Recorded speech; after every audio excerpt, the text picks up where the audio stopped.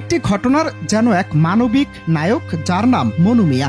পরিচয় কবর খোঁড়ার কাজ করেন তিনি, কিন্তু এই পরিচয়ের আড়ালে লুকিয়ে আছে বিরল এক আত্মত্যাগের গল্প। 4 দশকের বেশি সময় ধরে বিনা পারিশ্রমিকে কবর খুঁড়েছেন তিনি 3000-এরও বেশি মানুষের। কখনো দিন রাতের হিসেব মেলাননি, কখনো কারো কাছ থেকে টাকা বা উপহার নেননি। তাই তো তিনি পরিচিত হয়ে ওঠেন শেষ ঠিকানার কারিগর নামে। তবে তার ইচ্ছে ছিল হজে যাবেন, কিন্তু অর্থের অভাবে হজে যাওয়ার স্বপ্ন পূরণ হওয়ার আগেই মনু মিয়া চলে গেলেন পরপারে, যেখান থেকে আর কখনোই ফিরবেন না মনু মিয়া।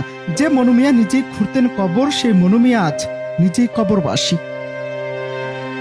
কিশোরগঞ্জের ইটনা উপজেলার জয়সিদ্ধি ইউনিয়নের আলগাপাড়া গ্রামে বাস করতেন তিনি। এর আগে জীবিত থাকাকালে তার যাতায়াতের একমাত্র ভরসা ছিল একটি প্রিয় ঘোড়া, যে ছিল তার নীরব সাথী। কেউ মারা গেলে খুন্তি কোদাল হাতে ঘোড়ার পিঠে চেপে ছুটে যেতেন মনু মিয়া, যেন মৃত্যুর সঙ্গে তার অদ্ভুত এক আত্মিক সম্পর্ক।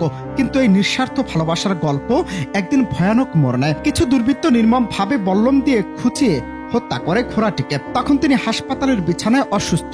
পরিবারের লোকজন খবরটা গোপন রাখে, কিন্তু জানা মাত্রই ভেঙে পড়েন 67 বছর বয়সের প্রবীণ এই মানুষটি।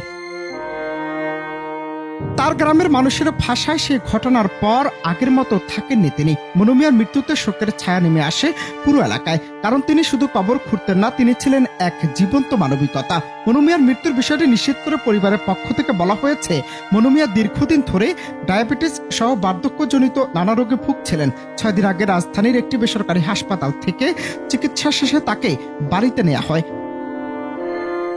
মনু মিয়ার এই জীবন কাহিনী কেবল এক ব্যক্তির গল্প নয়, এটি এক মানবিক নায়ককে হার মানানোর গল্প, যিনি চিরকাল মনে করিয়ে দেবেন নিঃস্বার্থ ভালোবাসা, আত্মত্যাগ আর সততার একজন মানুষকে অমর করে তুলতে পারে। শেষ ঠিকানার কারিগর হয়তো বিদায় নিয়েছেন, কিন্তু রেখে গেছেন এক চিরস্মরণীয় মহত্ব। বিষয়টি এমন প্রকৃতি আজ বলছে, মনু মিয়া আপনি শান্তিতে ঘুমান, আপনার হাতে খুঁড়ে যাওয়া হাজারো কবর আজ আপনাকে খুঁজছে। অনন্ত হাসান মাসুদ, বাংলা টিভি।